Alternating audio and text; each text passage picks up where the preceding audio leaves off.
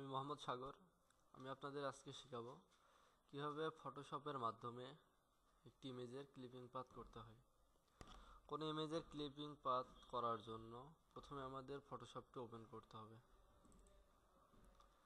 তারপর ফটোশপটি মিনিমাইজ করে নির্দিষ্ট ইমেজটি আমাদের ফটোশপের উপর নিয়ে আসতে হবে।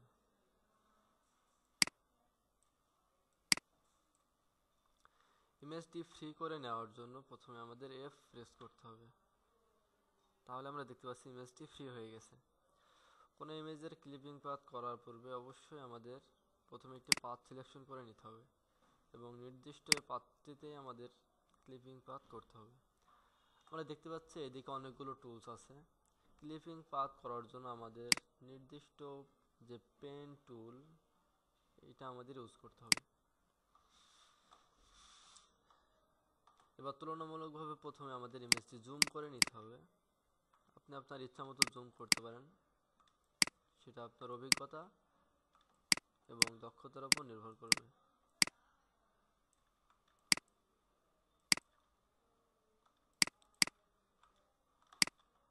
তো প্রথমে আমাদের এভাবে ক্লিপিং পাথ স্টার্ট করতে হবে।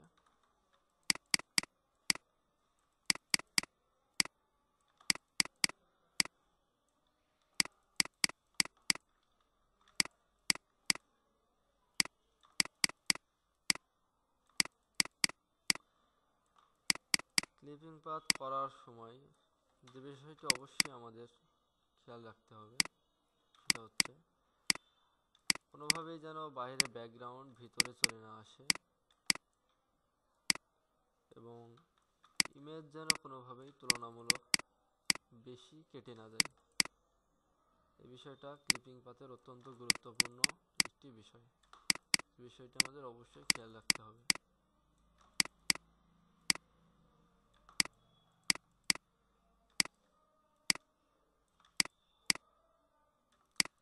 এবং সর্বদা প্রতিটা অ্যাঙ্কর পয়েন্ট আমাদের সঠিকভাবে সঠিক জায়গা থেকে নেওয়ার চেষ্টা করতে হবে।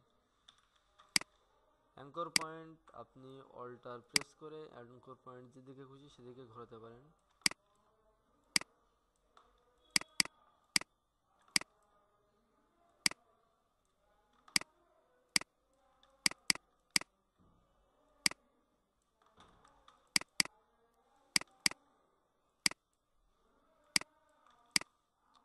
আমরা দেখতে পাচ্ছি ইমেজটা আমরা শেষ পর্যায়ে চলে এসেছি এবং যেখান থেকে আমরা